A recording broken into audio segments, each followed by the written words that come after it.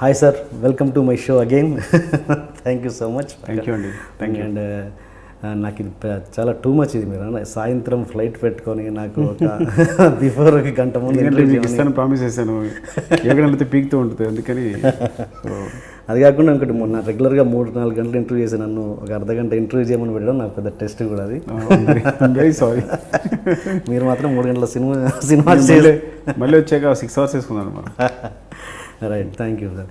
And okay, ఇప్పటి వరకు cinema release అయిన దగ్గర నుంచి అందరు పొగడ్తలతో ముంచేస్తున్నారు. అసలు దాంట్లో మీరు తడిసిపోయి ఉంటారు బహుశా.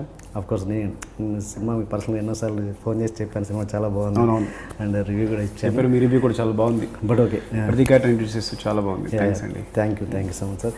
అండ్ ఓకే, ఆ పొగడ్తలను పక్కన పెట్టుకుంటే కొంచెం ఒక కొత్త రకం, ఒక జెన్యూన్ డిస్కషన్కి నేను ఇట్స్ నాట్ ఏ కంప్లైంట్, ఒక ఫైటింగ్ కాదు, ఆర్గ్యుమెంట్స్ కాదు, ఇట్స్ ఏ ఫెయిర్ డిస్కషన్ అనుకొని నేను అడుగుతాను. Okay sir. ఓకే, ఒక ఫస్ట్ ఓపెన్ చేస్తే రామ్ చరణ్ ఇంట్రడక్షన్, ఒక మాస్ హీరో కదా తను. అలాంటి తనతో ఒక జస్ట్ మామూలు సైకిల్తో ప్లెయిన్ ఇంట్రడక్షన్ ఒక రెగ్యులర్గా తమిళ సినిమాల్లో జరుగుతుంటుంది. అది అంత మాస్ హీరోకి అలాంటి ఇంట్రడక్షన్ ఇవ్వాలనుకున్నప్పుడు మీ ఆలోచన ఏంటి? రామ్ చరణ్ ఏమన్నారు? ఒప్పుకున్నారా లేకపోతే? ఏమిటండి అనుకోకుండా ఏంటంటే ఇన్బిల్ట్గా కథ అనుకున్నప్పుడు వచ్చేస్తే అట్లా. నేను ప్రత్యేకంగా చరణ్ కథ నేను ఇవ్వలేకపోతున్నా ఫీలింగ్ తెలియదు నాకు యాక్చువల్గా చేసినప్పుడు. అలా తెలిస్తే కనుక చేయలేము.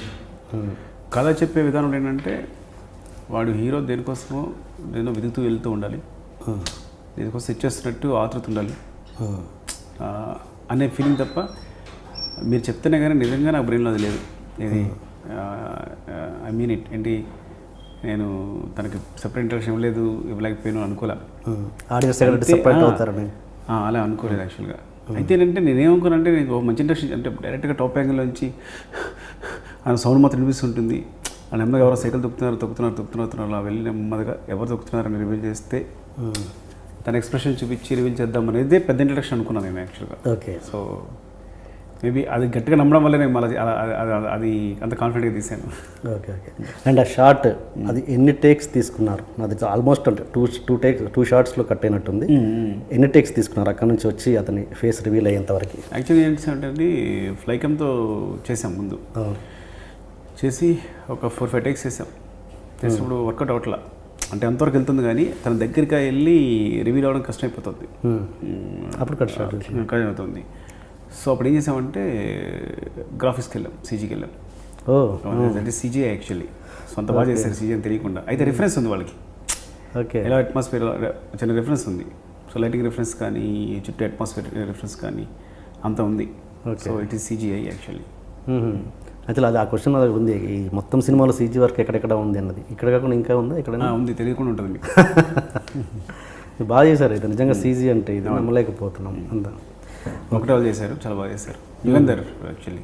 Okay okay. మరి అలాంటప్పుడు మొత్తం షార్ట్ చేయొచ్చుగా, మళ్ళీ కట్ షాట్ అది కట్ షాట్ లేదు ఉన్నట్టుంది. సెకండ్ లేదా? ఓకే, టాప్ నుంచి వస్తుంది. బ్రీత్తో పాటు అలా వెళ్తుంది వెళ్ళి హీరో రివీల్ అవుతారు single shot. Okay, right. And ఇంకొకటి, ఈ సినిమా రామ్ చరణ్ తప్పించి వేరే ఎవరూ చేయలేరు అని ఊహించుకోలేకపోయాను అన్నది మీరు అన్నారు చాలాసార్లు. అఫ్కోర్స్ ఇది ప్రతి డైరెక్టర్ చెప్పే మాటే, ప్రతి కథకి ఆడియన్స్కి ఇది రెగ్యులర్ అయిపోయింది. బట్ నేను అంటాను ఇట్స్ ఆర్గ్యుమెంట్. అంటే మీ వాక్యాన్ని ముందే కనిపిస్తున్నారు అంటే మేము చెప్పింది అలా కాదు. నేనేం చెప్పానంటే ఒక సినిమా అయిపోయిన తర్వాత ఒక డైరెక్టర్కి వేరే ఆర్టిస్ట్ ఎవరు మైండ్లోకి రావట్లేదు అంటే అంతకన్నా గొప్ప సక్సెస్ కాదు అని. అరే మిగతా వాళ్ళు అయితే చేస్తుండేవారనో వేరే వాళ్ళు అయితే చేస్తుండేవారని అని మైండ్లోకి రాలేదు. కంటిన్యూస్గా ఇంకా తనే నా బ్రెయిన్లో తిరుగుతూ తనే ఆక్యుపై చేసేసి తిన తప్ప ఇంకెవరు కాదు అనిపించేలా సినిమా ఎండ్ అయ్యేసరికి నాకు ఆ పరిస్థితి వచ్చింది అంటే నేను నా కాంట్ ఇమాజిన్ ఇంకెవరిని ఊహించుకోలేకపోతున్నాను అని అంటే కనుక ఇంకా అంతకన్నా ఆర్టిస్ట్ సక్సెస్ లేదు. ఆ విధంగా చరణ్ నన్ను మొత్తం ఆక్యుపై చేసేసారు అని చెప్పాను. Okay okay okay okay. Suppose ఇది కాంట్రవర్సీ అని కాదు, సపోజ్ ఈ సినిమాలో జూనియర్ ఎన్టీఆర్ అయితే ఎలా ఉండేది? ఇప్పుడు చూడండి, ఎలా అంటే ఇప్పుడు ఒక పరుగు పందెం పెట్టాం అనుకోండి, 100 మీటర్స్ పరుగు పందెం, ఇద్దరు వ్యక్తి పరిగెడతారు అనుకోండి, ఎవరు గెలిచారని చెప్పొచ్చు. ఓకే, సో నేను ప్యారల్గా ఇదే జూనియర్ ఎన్టీఆర్ గారితోనూ చరణ్ గారితో తీస్తున్నాను అనుకోండి, అప్పుడు మీరు ఎవరని చెప్తే చెప్పొచ్చు. It's complete independent. సో ఒకళ్ళు చేసిన దాన్ని ఇంకోళ్ళు ఎలా చేస్తారని ఊహించుకోవడం కరెక్ట్ కాదు యాక్చువల్గా. Okay okay. మహేష్ ఎవరు, Tarak, even because they are artist, they become stars అంతే. అంతేగాని సో బట్ ఏంటంటే ఎప్పుడు మనం కంపేర్ చేయలేం. ఎందుకు కంపేర్ చేయలేము అంటే ఇద్దరికి ఒకే పందెం పెడితే ఓకే, కానీ మనం సెపరేట్ తీస్తున్నాం. ఒకళ్ళు ఇంకో సినిమా తీస్తున్నాం, ఇంకోళ్ళు ఇంకో సినిమా తీస్తున్నాం. సో అది ఎప్పుడు కరెక్ట్ కాదు కంపేర్ చేయడం. Okay okay right. And Samantha విషయానికి వస్తే ఒక పెళ్ళైన స్టార్ సక్సెస్ కొడుతుందని మనకు ఒక రికార్డ్ చెప్తుంది. ఏ స్టార్ ఏ హీరోయిన్ కూడా పెళ్ళయ్యాక ఇప్పటివరకు నాకు తెలిసినంత సక్సెస్ కాలేదు, చాలా రేర్ ఒకవేళ ఉన్నా. అలాంటిది ఆవిడని తీసుకునడంలో మీ గట్స్ ఏంటి? ముందు నాకు దాని గట్స్ ఏం లేవండి. నాకు పెద్ద ఇష్టమై తీసుకోవడం కూడా కాదు సమంతని. సరే అంటే ఒక మంచి ఆర్టిస్ట్ కావాలి, తెలుగు వచ్చిన ఆర్టిస్ట్ కావాలి. అట్ ద సేమ్ టైం అంటే తనైతే పల్లెటూరు కొత్తగా ఉంటుంది అని ఏదో సంథింగ్ అని ఫ్రాంక్గా చెప్పాలంటే బిగినింగ్ సమంతాన్ని రిజెక్ట్ చేశాను నేను. వద్దనుకున్నాను. ఓకే, వద్దనుకున్నాను. ఎవరు అనుకున్నారు ఫస్ట్? ఎవరిని కాదు, వేరే చూద్దాం, ఎవరో కొత్త అమ్మాయికి వెళ్దాం అనుకున్నా. Okay okay. వద్దనుకోవడం మీన్స్ ఎవరో చెప్తేనే కదా వద్దనేది. ఎవరు అలాని కాదు, నేను ఓకే ఇద్దరు స్టార్ని సెట్లో మెయింటైన్ చేయలేమో అనుకున్నా. ఓకే, ఒకరు చరణ్ సమంత. నేను ఎప్పుడు ఆ సెట్లో డైలాగ్ రాసే బాబుతో నేను రాస్తూ ఇద్దరిని వెయిటింగ్లో ఉంచి, ఓకే అంటే ఇద్దరికి వెళ్ళి మళ్ళీ సారీ చెప్పుకుని లేదు కొంచెం లేట్ అయిందని ఇద్దరికి చెప్పుకునేమో ఒక్క స్టార్ చాలు. Of course Charan is very sweet, is down to earth. నన్ను ఎప్పుడు ఇట్లా ఎవరు ఇద్దరు కూడా సమంత కానీ వచ్చే తెలిసింది వాళ్ళంతా మామూలు జూనియర్ ఆర్టిస్టుల కన్నా ఎంత ఈజీగా డీల్ చేయొచ్చు వాళ్ళని. వాళ్ళంతా స్వీట్ అనే విషయం నాకు ఎప్పుడు వాళ్ళతో వర్క్ చేసినప్పుడు తెలుస్తుంది కదా, ముందు తెలియదు కదా. అందుకు టెన్షన్ పడ్డాను, అప్పుడు ఇద్దరు స్టార్స్ వద్దు, నాకు ఒక్క స్టార్ అంటే చాలని. అలా అనుకున్నందుకు గాను సమంత ప్రతిసారి నాకు ప్రతిసారి తను ఇచ్చిన పర్ఫార్మెన్స్ ఇచ్చినప్పుడు నాకు ఫటాఫట కొట్టినట్టు అయింది. అంటే తను వచ్చి ఒక మంచి ఎక్స్ప్రెషన్ ఇవ్వగానే బాగా చెల్లెని కొట్టినట్టు అయింది అనమాట. అంటే తను చేసే ప్రతి పర్ఫార్మెన్స్ ప్రతి ఎక్స్ప్రెషన్ నన్ను కొట్టినట్టే అయింది. అంటే అంత బాగా చేసింది, అంత ఇంప్రెస్ అయిపోయాను. అందుకని ఆడియో ఫంక్షన్లో చెప్పాను తనతో సినిమాలు తీస్తూనే ఉండాలని.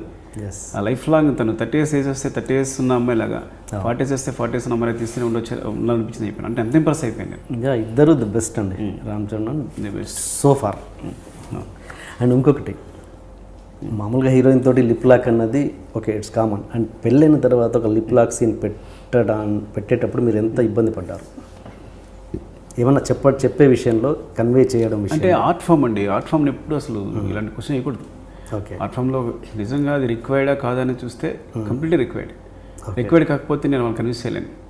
ఓకే, అంటే కన్విన్స్ అంటే హాఫ్ అన్ అవర్లో అసలు సీన్ తీసాం మేము. హాఫ్ అన్ అవర్లో మేము కన్విన్స్ చేయాల్సిన అవసరం కూడా లేకపోయింది వాళ్ళిద్దరికి. ఓకే, నేను ఇది సీన్ అనగానే ఇట్స్ కరెక్ట్ కదా, తన ఇంకెలా ఎక్స్ప్రెస్ చేస్తుంది, తను లవ్ని గట్టిగా చెప్పే ఇష్టం లేదు తనకి, ఇంకెలా ఎక్స్ప్రెస్ చేస్తుంది, వేరే ఫామ్ ఏంటి, అంతకన్నా ఇంకో సొల్యూషన్ లేదు. That is a unique solution. అలా యూనిక్ సొల్యూషన్కి ఇది ఆర్ట్ ఫామ్ అన్నప్పుడు దాన్ని ఆర్టిస్టిక్గానే చూడాలి కానీ, అంటే ఆర్ట్ ఫామ్లోనే చూడాలి కానీ, అది కళాత్మకంగా చూడాలి కానీ ఇంక దాని మీద క్వశ్చన్స్ ఉండకూడదు నా ఉద్దేశం. ఓకే ఓకే, వాళ్ళు ఎందుకు చేశారు, ఎందుకు చేయలేదు, ఇవన్నీ కరెక్ట్ కాదు. Okay, come to Telugu audience అంతే, నేను దాని గురించి మాట్లాడుతున్నాను. వాళ్ళు కూడా దానికి కళాత్మకంగా చూడాలి, అంతే, ఒక కళగా చూడాలి దాన్ని. ఓకే. అండ్ ఇంకోటి, ఒక సందర్భంలో మహేష్ అని అంటే ఒక అమ్మాయి ఒక సిచ్యువేషన్ వచ్చినప్పుడు ఒక అమ్మాయి అబ్బాయి చేపట్టుకోవడం ఎంత కరెక్ట్, ముద్దు పెట్టుకోవడం కూడా అంతే కరెక్ట్. రెండింటికి పెద్ద డిఫరెన్స్ ఉంటుంది ఆటలో. ఇప్పుడు ఇదివరకు పై ఆడదాన్ని చేపట్టుకున్నాడు అంటే ఇదంతా ఒక 30-40 years బ్యాక్ ఎంత తప్పు ఉండేది ఇది. సో ప్లాట్ఫామ్స్ మారుతుంటాయి, జనాలు జిగెట్ అవుతూ ఉంటారు. సో నా దృష్టిలో ఒకవేళ ఒక అబ్బాయి ముద్దు పెట్టుకోవడం సినిమాలో తప్పైతే, ఒక అమ్మాయి చేపట్టుకోవడం కూడా తప్పే. టాకింగ్ అబౌట్ మ్యారేజ్ అయిన అమ్మాయి గురించి ఇది ఆర్ట్ ఫామ్ అన్నప్పుడు మ్యారేజ్ కాదా ఇంకా బౌండరీస్ లేవు, కలకనేది బౌండరీస్ ఉండవు. ఇప్పుడు ఆన్సర్ చెప్పేశారు. ఓకే. అండ్ అఫ్కోర్స్ నేను నా డౌట్ 80s ఇలా పబ్లిక్గా లిప్ లాక్ పెట్టుకునే సందర్భాలు ఉన్నాయంటారా? అది మీరు 80లోకి వెళ్తే తెలుస్తుంది. ఊళ్ళో పల్లెటూరులో ఎంత రొమాన్స్ జరుగుద్ది అనేది. పొద్దున్న ఊరంతా గుప్పమంటూ ఉంటుంది. అంతేనా? పొద్దున్న లేసరికి గుప్పమంటూ ఉంటుంది. అంటే అది రొమాన్స్ అనేది అది సెపరేట్గా వాళ్ళు ఏం వల్గర్గాను బ్యాడ్గాను చూడరు పల్లెటూరులో. ఓకే, అది భాగం, జీవితంలో భాగం. అంతేగాని మనలాగా పరదలు కట్టుకుని బతకరు. 80s అయితే అసలు బతికేవారు కాదు. డైరెక్ట్గా సరసాలు కూడా డైరెక్ట్గా ఉండేవి. బావ మరదల సరసన అయితే డైరెక్ట్గా ఉండేది. మళ్ళీ ఏడిపించడం కానీ, వినాయక చవితి లాంటి పరిస్థితి వచ్చినప్పుడు ఒకరొకరు తరుముకోవడం కానీ, కొట్టుకోవడం కానీ ఎంత అందంగా ఉండేదో ఆ సరసాలన్నీ. కాబట్టి ఎప్పుడు పల్లెటూరులో ఆ బ్యాషాలు ఉండవు, సంబంధాల మధ్య ముసుగులు ఉండవు, ఓపెన్గా ఉంటాయి. ఆ ముసుగులన్నీ మన నాగరికత పేరుతో మనం చేసుకున్నవే ఇక్కడికి వచ్చి పట్టణంలో. మీకున్నారా మరదలు? నా పొరపాటు మరదలు లేరు. బాధపడుతుండేవాడి మరదలు లేరని. అంటే నేను చిన్నప్పుడు బావ మరదలు కథలు ఎక్కువ వస్తుండేవి పత్రికల వాటిలో, ఓకే ఓకే కానీ నా మరదలు లేరు. Yeah okay